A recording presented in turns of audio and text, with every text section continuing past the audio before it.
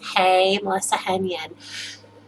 I wanted to take a little bit of time here and talk about the afterlife, talk about your loved ones in spirit and their wishes for you after they pass. Because I have been doing quite a few readings, and I have heard many people say things such as, well, if your Aunt Becky knew that, she'd roll over in her grave, or if Uncle Barney knew that, he would roll over in his grave. That is not how it works. It is not. They're not in the ground either, just so you know. You may bury them, but that's not where they live. That's not where they reside. We are a soul, we are eternal. So what I feel like it's really important for people to know is that when your loved ones leave their physical body and they go into spirit, they have a life review where they see all the things that they accomplished. They understand what wasn't done, what they wanted to do. There's just this litany of information that's coming through to them. They are no longer in this physical form where they are judging, regretting, resenting, angry, frustrated, mad, judging. That is human. We are not humans. We are souls. We are energy. We are spirit. So when we leave this physical body, that stuff evaporates, so to speak. It's not there anymore.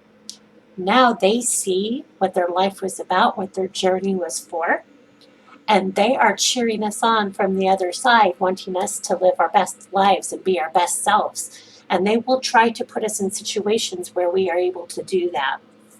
Before we can do that, though, we have to go through the grieving process. It is not a once and done. It is a daily thing, and it can go on for years for some of us. I do not believe that we're ever fully over a death. I think that it's something that we learn to live with. Um, I don't think there's a completion. I don't think that there comes a day where it's like done. At least it hasn't for me. I think of my son every single day. I think of my parents most days. So you need to know that that is part of the process and that is healthy to grieve. It's healthy to move through that. I remember specifically finding myself in this place where I was done. I wanted to put my shit in a basket and then just place it somewhere and push it as far away because I was so tired of grieving because it is very difficult. It hurts. It hurts. I was so tired of hurting. I don't want to hurt anymore.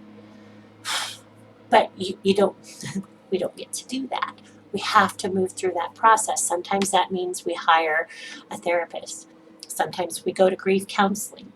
Sometimes we get books. And I would highly recommend if you have a friend who is dealing with tremendous grief that you find them a book on the 5 stages of grief and how they can move through the grief. Because it's not an easy thing, but it is needed. Because if you push that down and you bury it, you are planting it. You are friggin' planting it, and it will grow. And it will get bigger than you could even imagine. So push through that and take it a day at a time. Also, we don't get to decide how other people grieve. That is not on us, that is on them. Each one of us grieves differently. I've seen people who start dating right away, and while that's confusing for my mind, I've not gone through that, so I don't know what that feels like for them to lose a spouse or a loved one. Here's what I know to be true.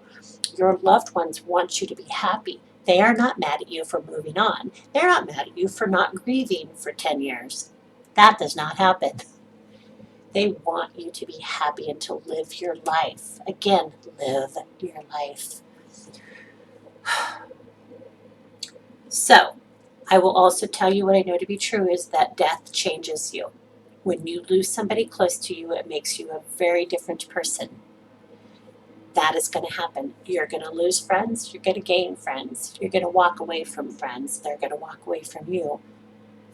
That is going to be part of your process too. Most likely. Most likely. So be kind to yourself if you're going through grief. Know that your loved ones are up there supporting you. They're not telling you you shouldn't move on. They're not telling you not to live your life. All right? They're supporting you. They're supporting you. If you have any questions, drop them below.